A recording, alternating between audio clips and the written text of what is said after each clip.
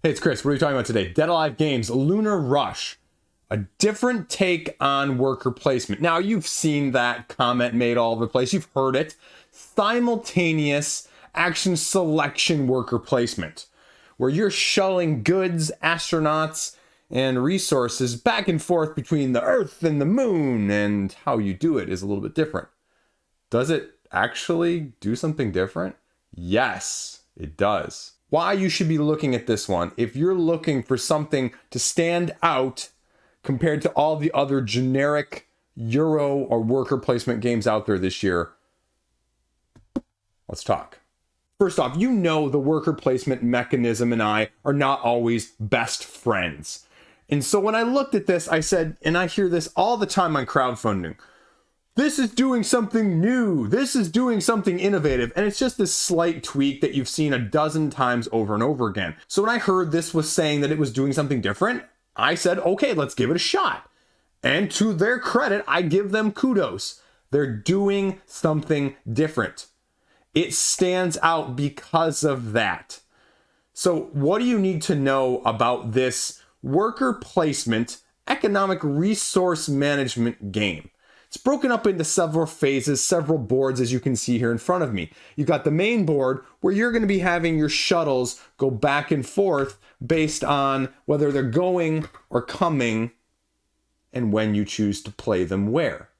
Then you also have two sideboards, the market, the economic side of things, right? The pick up and deliver. As you're bringing resources to the moon, you're bringing the goods back to the earth to sell them. This is going to manage these resources. Then you also have the initiative order. This is one thing that is the minor separation because we're not used to necessarily as much bidding in the form of turn order to place your workers. Now, again, it's not something completely unique, but the nice thing about this for you heavier Euro folks is that when you have these bid values, for example, you can see here for a second that these bids all have numbers 1 through 5 on them, meaning that's the amount of actual victory points you're going to lose when you bid it. Higher number goes first, obviously. Then you place it on the initiative board depending on where you're at and rinse and repeat. That is how you determine where these ships are going to go. And this is the difference. This is the standout. This is the thing that makes you think throughout this game, right? You have potentially 8 different slots that are going to be available to you. 4 going to the moon, 4 coming back to Earth. You get to place them in whatever order you want. You get to place 2 ships per turn. How do you feel about that? Well, your mileage is going to vary here, literally and metaphorically speaking in that sense. Because what happens when you place your ships, you have a slow, a medium, and a fast. Fast gets there on the turn that you lay it down, on that round. Medium here gets there the next round, and a little over a round later. The slow, it takes a full 2 turns to get there. And herein lies the caveat. Slower you go, the more you carry. The more you carry, the more resources you have to do the main focus portion of the worker placement style of things. And that is, say, your worker placement board here. So let's take a blown up look here at the board. This is your worker area. Resource management, but workers. Because on those shuttles, you're going to be taking up to 2 of your little astronauts, your workers, to be able to go and inhabit the modules. But you got to pay for the life costs of them. That's the leaf. Energy, it's going to cost you to build stuff. You got to have that. Then you got to have the white cubes. They're your main building resource. And depending on if it's tech or if it's a mining or a resource, then you've got the red and you've got the blue. All of these are going to produce potentially one of about 6 different things. 1, more leaves keep you alive. You need oxygen to breathe. You can't breathe, you lose 25 victory points if you kill a worker, because you can kill workers. You don't want to do that. Then energy. We talked about energy.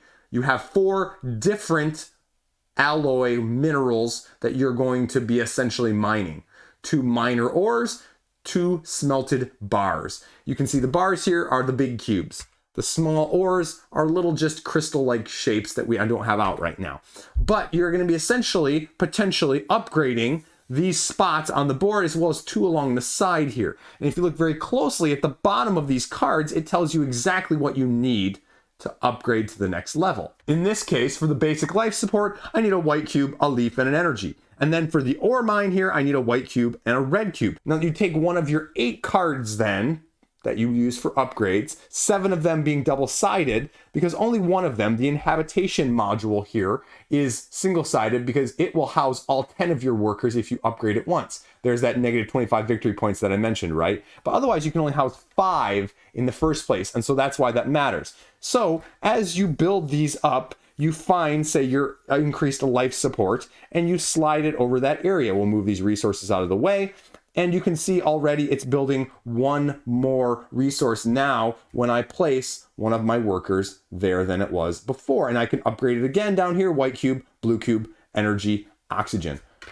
Flip it over, becomes the best version of itself. Now there are 2 over here on the side that you don't even start off with, but you have the ability to unlock higher levels, 2 higher levels. There's no basic. And those are potentially your 8 spots that you'll be placing them in, unless you move them on one of your ships back down here on one of these coming back to the moon style of thing. Again, the faster you go back and forth either way, the less you can carry. You can carry 2, 5, and 9 items respectively for fast, medium, and slow. So that's why it matters. White cubes take up 2 spots, red and blue take up 1 each. Astronauts don't take up anything. The resources themselves don't cost you anything. So once you place this ship here, you can load it up with whatever you want. So this one's get 1 there. This one's on the slow over here. So I could load up 3 of these and 1 of these, or I could load up, 5 red and 2 blue. However you want to do it is completely up to you, because they say resources are abundant and cheap on Earth. It doesn't really cost you a thing. But if you look over here on the moon side of things, it's 1 item, 3 items, and 7 items for the fast, medium, and slow. And again, same turn, 1 turn delay, 2 turn delay. So you're only playing 7 rounds. And if you're having a 2 turn delay to get some of your stuff, not only are you having to plan ahead, you're also having to wait. And this game is delayed gratification personification, if you will. And I say that as not a bad thing. I say it as a good thing because it requires some strategic manner, but it also requires, frankly speaking, a little bit of luck once you get those resources up there to hopefully have them match where you wanted them to be a couple turns ago, because you may have shuttled stuff back and around, or other things may have popped up. Let's talk about what those other things may be, though, for a second. And this is where I have both the pros and the cons. When you're shuttling things back, you can see here on the market that all of these things have a price. As they all start off over here on the left for the most value, you sell more of them, and then the price goes down. Now the price can go back up if you're so far over, depending on the number that are sold. Yeah, so it recuperates itself slowly over time, never to the extent all the way, but first is always going to have a bigger demand than supply is available. So it plays true to that. Now, here is the trouble. And here is the dilemma that you run into in these situations. Now, as you can see here, here's part of the dilemma that I ran into with this game. Lunethyst gems, 42 victory points per gem sold. 22, 9, 8. See, okay, 9 and 8, that's respective. 22, that's a good jump up. They're about the same to get to. This is a massive increase. If people don't realize how big of massive increase this is, scores are going to be vastly out of proportion end game. And that's exactly what's happened in the games where new people are playing with this so far, is that there is such a big point discrepancy between those two. Someone gets this and someone gets this. It's hard to make up the difference elsewhere. Again, not necessarily a bad thing fully, but it's a big discrepancy for new people versus veterans if you're playing it with a mix of those. Now, herein lies the other issue. This game, as you can see, has a couple other things going on. It has the end game scoring over here, and then it also has modules and lunar wonders. And so all of these things are adding different elements, different slight asymmetries. And it's done in order to incorporate people who are not using this game whatsoever, but also people who are looking for a little bit more at the same time. Even as a non-worker placement person primarily, they've got even the cards here that say, hey, on turns X through X, if you don't do this, or if you have this, for example, you get this bonus. And so it kind of gives you guide rails, essentially, or extra bonuses, if you will, along the way. But again, it was kind of nice to have a guide rail, but I didn't think it was necessary as much as the rule book sort of prompts you in thinking it might be. And the other problem that I ran into is you're having all of these areas and locations, right? When you get to round, say, 6 and 7, you're going to have these routes coming back from the moon, and they're not going to be able to get back in time. Or it allows you to finish them, but you may not be able to start them after a certain round. So potentially at the last round or so, you're going to have a bunch of things that you may have produced that you can't get back, because either you just can't get them back in time, there's no routes open, the routes are full, or you just can't get them enough onto your ship because of each of those areas only containing enough resources of a trickle amount. And therein lies both the blessing and the curse of this. They give you an optional variant here on this board to say each of these resources, depending on how much you have at the end of the game, gives you additional points, right? Like a lot of these games. Wherein a lot of the games just include it, this game says it's optional. Well, I'll tell you right now, it's not optional. You need it. Because otherwise, it's just not fulfilling. You have all of these things that are just left on the moon completely wasted. Completely wasted. Your last turn can ultimately be very little going on fulfilling wise otherwise. The other thing that I'll say is a little bit nice, but also highly random and highly erratic, are these gold modules. And these gold modules are actually great because it offers you a little bit of spice of variety, because the other problem I have is that these are basically all the same on the worker placement boards, right? And to be frank, in our games so far, there really hasn't been a person that's upgraded all of these to like the advanced level. So the differentiation between boards hasn't really been as strong as I would like. Like there's less choosing in that sense of I need to do this. Yeah, there's going to be some basic order. You need life support. You need module habitat wise to support things. But after that, it's going to be, okay, well, I can do this first or this first or this first, and or this first. And it's not really that dramatic of a big of a difference. And so that's where the gold modules come in here, and they offer you a little bit of variety of everything else. Again, single worker placement spots as opposed to the other ones having multiple, but they give you a lot of other ways that in combinations to gather resources, to produce resources. Now, the tricky part is this is done in reverse bidding initiative order. So if you were last on initiative to put your ships down, you're first in getting to build these on the production side of things when everyone is simultaneously doing their production on their worker placement boards. But you can only have 3 of these total also. And I guess that's blessing curse, right? So someone can't monopolize them if they just happen to have the right combination here of the resources that they need to build them at the bottom. But some of these are vastly more useful than others. I mean, this one right here, 12 victory points, just like that. That's it. Boom. So, I mean, just some of these are just great, and some of these are less than. I mean, there's some advanced compared to relative, but I'd like to see more of this with the base game board just to give it that much more variety in the spice of life with things. And also it sort of leads you to the other issue is you have a lot of those resources where you'd rather do something with them than just kind of score piecemeal victory points at the end of the game. And that's where this Moon Wonders deck comes in to give you a little bit more of that as well on the moon side of things. So you just don't have all those resources just sitting there and unable to be transported back and forth. And again, as an optional thing here, I would argue that both of these are almost necessary. And as the last point as well is you have these asymmetric factions, and this is going to be really for more of you heavy worker placement fans, where you have a faction that's going to affect you dramatically different of what's going to happen in the game, like this one. You can't build any of those gold modules I just mentioned, but you have the ability to remove cards with no workers on them to get resources. And so you have the ability to have a little bit more asymmetry here, as well as challenge modes if you want to make things even more difficult, depending on your setup, apart from the solo mode itself as a whole. So that's the game in a nutshell. So pros, cons, everything else summarized up here, right? Pros, I really like the simultaneous worker placement style of things. It really makes the 7 rounds go fast. I was really worried when I started putting the ships down and, putting the resources on them and loading them and having it go back and forth. No, the round structure is great. How the rounds are structured is absolutely fantastic. It makes this game flow well beyond what it should, to be completely transparent.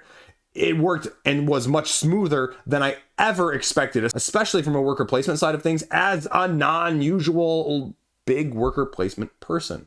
The bidding is okay. it matters a little bit less. So, you know, it's going to be more important sometimes in the later rounds. There's definitely a heavier emphasis on that side of things. And the one thing I didn't mention is like, so if you place one of your bid cards down, you can't play that bid card next round. So you have 1 through 5. So if I play 5 this round, I'm only gonna have 1 through 4 to me available for the next round, sort of like a Race for the Galaxy-esque style of things. So then after I play my 4 the next round, then the 5 is back in my hand and I have 1, 2, 3, and 5 available for, say, the third round.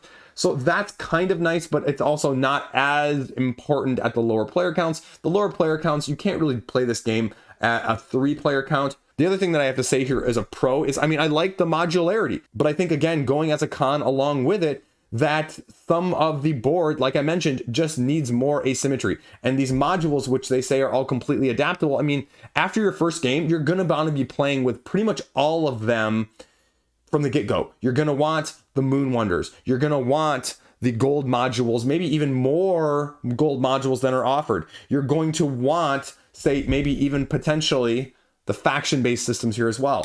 You're going to want at least 2 of those 3, if not all of them. And so I understand why they separated them out, but I also think people, if they just play the base game, are going to think it's not necessarily as deep enough because, like I mentioned, as the other issue is these boards, these worker placement boards, there's so much overlap and non-asymmetry otherwise that really the only make it or break it difference in the base game itself is much more so the bidding rather than what you're doing on the boards in the first place. And what this game wants to shine is what you're doing on the board. So you need some of that other stuff to help mitigate it more. I like the ship slow, medium, fast. You know, first game we played, one person was fast, fast, fast in the first 4 rounds. Other person was slow. Fast, fast, fast, got off to a fast start like you would expect. Slow, they did hardly anything on their first 2 worker placement phases because they didn't have any workers on the moon. They couldn't do any worker placement. And then rounds 3 and 4 hit, and boy, did they hit like a rocket ship. Just absolutely smashing what they can put down in the first place. And the dichotomy of playstyle that is allowed in this game is fantastic in that sense. Cons, again, one small thing that I have to mention is there's these blue and red cubes. Frankly speaking, it's kind of weird. They kind of shorted. There's not enough. And they do this kind of semi-clever thing here with this 1 card times and 2 card times. So, you know, this is represented now of 2 blue cubes and 2 red cubes, and this one's only worth, you know, 1 cube if it's there. But even that, you run out of cubes. You just run out of those cubes when you're doing them for resources. And this game could just utilize like twice as many cubes. And these cards are sort of a stopgap not to have to produce as much and put as many in the game, but it also runs out. And that's a little bit slightly jarring as a game where you're doing a lot of resource management. The other thing that you have to know about this game is you can't play it with 2. You're going to have a dummy player and AI system at 2. You're going to have 3 and 4 that you can play with as well, but you can have as many AI in that system. If you want to play solo with 2 or 3 AI, you can do that as well. They're going to clog up lanes. And at the end of the game, I didn't mention this as well, as some of these lanes shut down, you're actually going to put these route closed cards on them, which are going to give you action resources if you choose to, say, put your ship there. But you can't actually put your ship there because, you know, it can't actually get to the moon in time to be able to utilize it at some point. So it's just kind of another thing that's an element there that sometimes these are kind of helpful and sometimes these are just kind of not helpful at all. Blessing and Curse here is the market card as well. You can see here the market card here, linear price decrease as you go down. Again, I'll say that the scoring gap, I mean, I know that there has to be some analysis, but this is a massive scoring gap. And I didn't think these were twice as hard to get as these. So really it becomes almost kind of sometimes skip these and go to these if you can, because these are relatively about the same. So the other good thing about this is that when you go to the other markets, they give you sort of this crescendo. And so you can kind of see it goes up and then down. So your timing really is going to matter on the sale there and the sale here. The other thing I'll say is this end game scoring. If you don't have this with resources on the moon at the end of the game, it's going to feel like an incredibly big letdown because you're going to have tons of resources, especially if you're not the perfect manager of them on the first place. And it's going to all kind of feel for naught, and the scoring difference is going to be considerably different as well. So again, something that they have marked as a variant that I, again, would never play without. And especially with that last one, I would argue for almost everyone to play with it in the first place. So final thoughts here. This game is going to surprise a lot of people. I'll tell you right now. People are really going to like this game. I sort of, again, when I looked at it, when I opened it up, I poo-pooed it. I said, okay, is this really going to be that different? It works. It really, really works. Some of these things, I think that they just said, okay, we want to try and make it a little bit more friendly in terms of people who aren't used to this game. I think at the same time, you know, if they didn't have the market end game scoring here of the extra resources, I think people would, especially on the newer side of things, feel a bit disappointed if they had all those resources that couldn't be used. So things like that, I think just needed to be said, okay, this needs to be in there no matter what. So some of those just minor design element things are present, but not overbearing, because it's also sort of a choose your own, if you will. I really like the simultaneous selection system. You know, I wasn't expecting to like the slow, medium, fast. You know, it seems really obvious to go one route right at the beginning, but the real turning point of this game is when do you start laying it on heavy coming back from the moon rather than just going to the moon? Because that's sort of, you know, letting off the accelerator as you're going into the turn and driving the car, you know, when you're racing. And when do you then hit the gas again so you don't skid out and go too far or have people pass you? That's that element of things. When do I do it? Do I start doing it in the third round? Is that too early? Do I start doing it in the fifth round? Is that too late to start piling on back, right? And so everyone's going to be trying to figure that out and manage that in combination with their worker placement spots and how aggressive or what element they go after. And so that's kind of the cool thing. Now, adding the factions, adding some of the asymmetry, adding a few more gold modules is going to make that just crazier and more chaotic. But I say that in an absolutely necessary and my preferred preference style of things. And so take that for what you will. But there's a lot of cool things, even with these moon wonders, of doing stuff over on the moon rather than just sitting there with your resources for turn after turn, trying to find other ways. So as much as I don't always like the point salad situations, having these things in there, having the gold modules in there, having some of the faction challenges, whatever you want in there, really can elevate this game, even utilizing one or two of them in addition. So all in all, this is a good game. So Dead Alive Games.